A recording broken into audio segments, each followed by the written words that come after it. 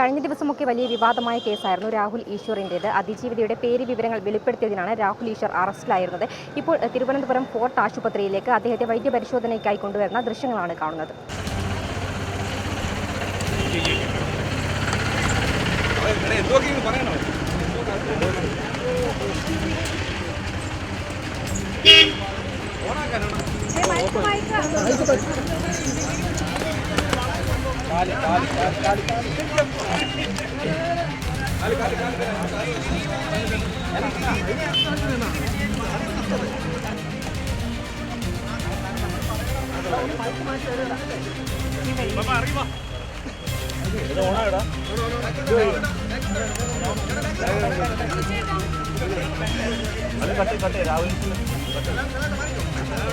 ദിലീപിന് നീതി കിട്ടിയതിൽ സന്തോഷം.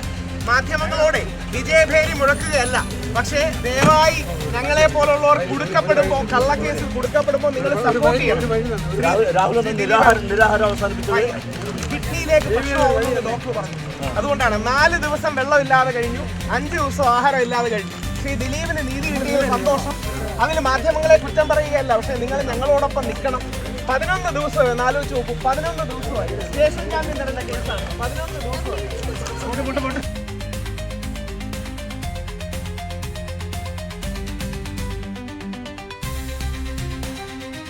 ദിലീപിന് വേണ്ടി ഞാൻ ഫൈറ്റ് ചെയ്തു. എനിക്ക് വേണ്ടി മീഡിയ പറയണം. അനീതിയാണ് നടക്കുന്നത്.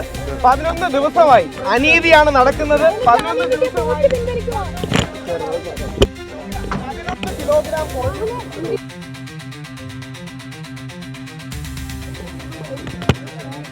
പറയണം.